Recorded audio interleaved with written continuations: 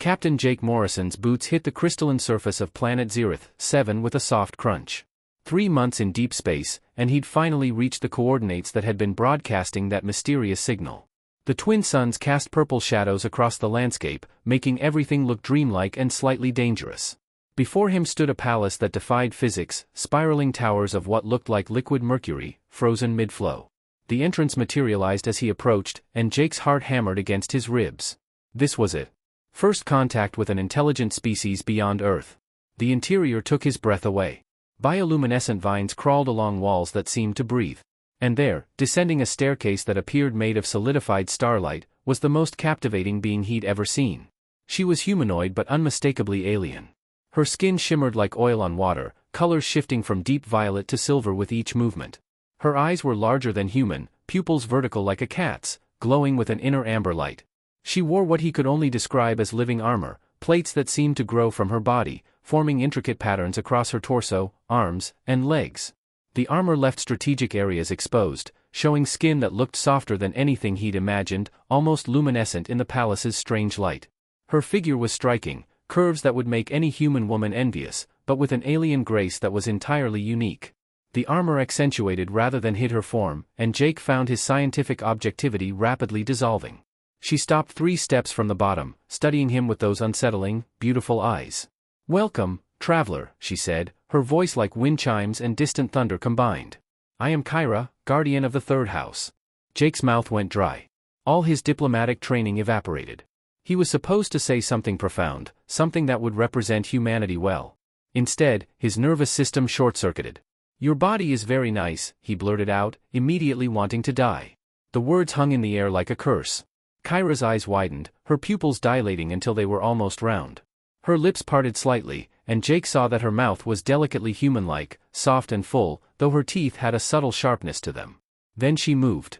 Her hands went to the clasps of her armor, and Jake's face flushed crimson. "Wait, I didn't mean, that came out wrong, I was trying to say." But Kyra wasn't listening. Her fingers worked with practiced ease, releasing mechanisms he couldn't see. The armor plates on her shoulders loosened, beginning to retract. The movement revealed more of that shimmering skin, the graceful line of her collarbone, the elegant curve of her neck. "Oh God, please stop," Jake stammered, backing up. "I think there's been a terrible misunderstanding. I don't know what I just said in your culture, but..." Kyra took a step toward him, her expression unreadable, armor continuing its slow revelation. Jake's back hit the palace wall, his mind racing through every first contact protocol he'd ever studied. None of them covered this scenario. Kyra moved closer, her armor plates sliding away like petals falling from a flower, revealing more of the mesmerizing patterns that swirled across her skin, natural markings that seemed to pulse with soft light. "In my culture," Kyra said softly, still advancing, "when a visitor offers the compliment of recognition, we respond with the ceremony of truth." Her voice had dropped lower, more intimate. "You have seen me, truly seen me. Now I must show you if you are worthy of that sight." "I just misspoke," Jake protested, though he couldn't tear his eyes away from her. The armor had retracted to her waist now, and he could see the gentle rise and fall of her breathing, the way the light played across skin that looked impossibly smooth. "Where I come from, that was just awkward nervousness." Kyra paused, tilting her head. "You did not mean to invoke the ritual?" "No. I mean, you are beautiful, don't get me wrong, but I didn't mean to trigger some kind of ceremonial undressing." A small smile played at the corners of her lips. "Beautiful," she repeated, testing the word. "And yet you flee from what you find beautiful." Curious. She was close enough now that Jake could smell her, something like rain and electricity and flowers that didn't exist on Earth. The armor around her waist loosened another inch, sitting low on hips that curved in ways that made his mouth go dry again. "The ceremony of truth cannot be stopped once begun," Kyra explained, her glowing eyes locked on his. "But it is not what you fear. It is a test, Jake Morrison of Earth. You complimented my physical form, yes? Now you must prove whether your words were hollow flattery or genuine observation." "How do I prove that?" Kyra reached out, her fingers, long and elegant, with 2 joints where humans had one, touched his chest, right over his racing heart. Her skin was warm, almost hot, and the contact sent electricity through his nervous system. "You must continue speaking truth," she said. "You must tell me what you see, what you feel, what you fear. Every lie, every deception, I will know. And if you fail?" Her pupils narrowed again, predatory. "Then you are like the others who came before. Users. Takers. And you will be dealt with accordingly." Jake swallowed hard. The others? 3 males of other species, Kyra said, her hand still pressed against his chest, feeling every frantic beat. They spoke pretty words, offered compliments. But when the ceremony revealed their true intentions, when they thought I was offering myself as a prize, they showed their ugliness. They are now part of the crystal forest, frozen in their moment of betrayal. She leaned closer, her breath warm against his ear. So tell me, Jake Morrison. What do you truly see when you look at me? Jake's survival instincts warred with something else, an unexpected honesty that Kyra's proximity seemed to pull from him. Her hand remained over his heart, and he could feel some kind of energy pulsing from her palm, as if she were reading more than just his pulse. I see someone terrifying, he admitted, his voice rough. Someone powerful who could end me without effort. Kyra's expression didn't change, so he continued. But I also see loneliness. You're testing me because others have disappointed you. Betrayed you, maybe. Her pupils flickered, widening slightly. Continue. When I said your body was nice, and yes, that was the stupidest possible word choice, I meant. Jake forced himself to meet those alien eyes. You move like poetry. Like every gesture has meaning I don't understand yet but desperately want to learn. Your armor isn't just protection, it's art. And when it pulls away, I'm not seeing vulnerability, I'm seeing trust. Trust that I haven't earned yet. Kyra's hand slid from his chest to his neck, her touch feather-light. You are frightened, she observed, but not lying. Interesting. Of course I'm frightened, Jake said, fighting to keep his voice steady as her fingers traced his jawline. You're gorgeous and alien and possibly about to turn me into garden decoration. But that doesn't change what I see. And what else do you see? She was so close now he could count the colors shifting in her skin, violet, silver, hints of deep blue and rose gold. The armor had retracted further, leaving only strategic pieces that somehow made her more captivating than complete nudity would have. Jake's breath caught. I see someone who makes my heart race for reasons I don't fully understand. It's not just physical, though you're stunning in ways that don't translate to human standards. It's the way you're studying me, like I'm a puzzle worth solving. The way you're giving me a chance when you could have just ended this. Kyra's lips curved into a genuine smile, revealing those subtly sharp teeth. The human speaks from his heart, not his hormones. Rare. Her free hand came up to her remaining armor, fingers dancing across what Jake now recognized as living tissue, not metal. This next part of the ceremony requires courage from us both, Jake Morrison. What do you mean? I remove the last barriers, and you. Her eyes gleamed with challenge and something else, anticipation. You must show me how humans express genuine admiration. Not with words. Words can lie. But with touch, with intention, with the language of skin. Jake's throat went dry. That sounds like it could go very wrong, very quickly. Yes, Kyra agreed, her armor beginning to slide away from her hips. But the ceremony demands authenticity. If you touch me with true appreciation, free of entitlement or presumption, you pass. If you touch me with conquest or possession in your heart. She let the threat hang unfinished. And if I refuse to touch you at all? Then you fail by cowardice, and the result is the same. Jake's hands trembled as he raised them slowly, giving Kyra every opportunity to stop him.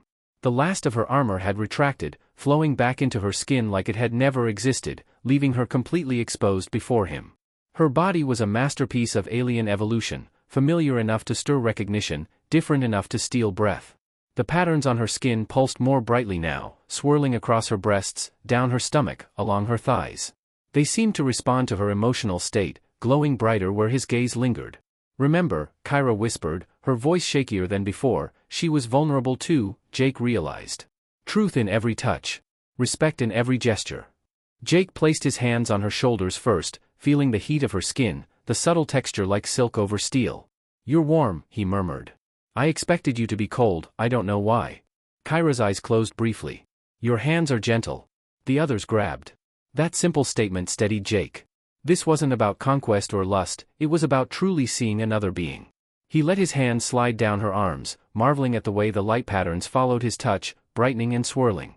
These markings, he said softly, tracing one that spiraled around her bicep. They're beautiful. Are they always there? They reflect emotion, Kyra explained, her breathing deeper now. Right now, they show curiosity. Trust, tentative and growing. Jake's hands found her waist, and he felt her shiver. The curves there were elegant, the skin impossibly smooth except for the raised patterns that felt like warm velvet under his fingertips. He didn't grope or grab, he explored with reverence, mapping the plains and valleys of her alien form. Your people must write poems about you, Jake said, letting his hand slide to the small of her back, drawing her incrementally closer. You're like... I don't even have words in English. Every part of you is intentional, purposeful. Kyra's hands came up to rest on his chest, and Jake realized she was reading him through touch too, learning him the way he was learning her. Her fingers slipped under his shirt, pushing it up, and he helped her remove it. Now we are equal, she said, her palms flat against his chest. Your skin is so different. Rougher. Warmer in some places, cooler in others. Is that good or bad?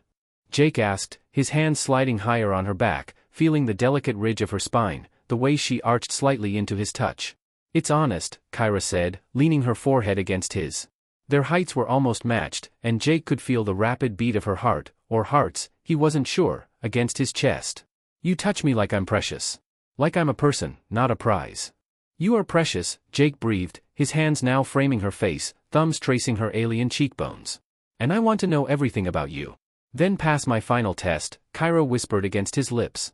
Kyra's lips met Jake's, and the sensation was electric, literally. A pulse of energy passed between them, not painful but intense, like touching a live wire that somehow felt right. Her mouth was softer than he'd imagined, warmer, and she tasted like something sweet and exotic that he couldn't name. The kiss deepened, and Jake felt her hands sliding down his chest, learning his body the way he'd learned hers. Her touch was curious, appreciative, filled with the same wonder he felt. There was heat between them now, undeniable and building, but it was born of genuine connection, not mere physical attraction. Kyra pulled back slightly, her eyes searching his. The patterns on her skin blazed brilliantly now, gold and silver light dancing across every inch of her. You pass, she whispered, her voice thick with emotion. You see me, Jake Morrison. Truly see me. What happens now? Jake asked, his hands still cradling her face, unwilling to break contact. Now you understand the truth of the ceremony, Kyra said, stepping back, though she took his hand, keeping them connected. Her armor began to reform, flowing back across her skin like liquid metal, covering her once more. It was never about sex or seduction. It was about vulnerability and respect. Jake watched the armor close around her, feeling an odd sense of loss.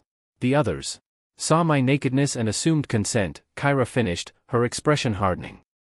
They touched with possession, spoke of ownership, revealed their ugliness the moment they thought I was offering myself. You touched with wonder. You spoke with honesty. You never assumed you had right to more than I freely gave. She led him deeper into the palace, to a chamber filled with crystalline screens showing views of Earth. Your people sent you to make contact, to determine if we might be allies. The ceremony of truth is how we determine character. Your species now stands judged not by your weapons or your technology, but by your capacity for respect. Jake's eyes widened. This was a test for all of humanity? Yes, Kyra said, turning to face him fully. Her hand came up to touch his chest again, over his heart. And you, Jake Morrison, have given your species hope. You may stay here, learn our ways, serve as ambassador between our worlds. And the part about my words defining my fate? Kyra smiled, that beautiful, dangerous smile. Every word you spoke revealed your character. Every touch showed your intentions. You are bound to this world now, yes, but not as prisoner. As friend. As... She hesitated, her patterns pulsing with colors he was beginning to recognize as affection, perhaps something more, given time. Jake felt the weight of responsibility settle on his shoulders, but also an unexpected excitement. I accidentally started an intergalactic relationship with one awkward compliment. Kyra laughed, the sound like crystal bells. Yes. And now you must learn to speak properly. We have much to teach you about compliments in our culture, lessons that may take many years. I think, Jake said, squeezing her hand, I'm okay with that. The end.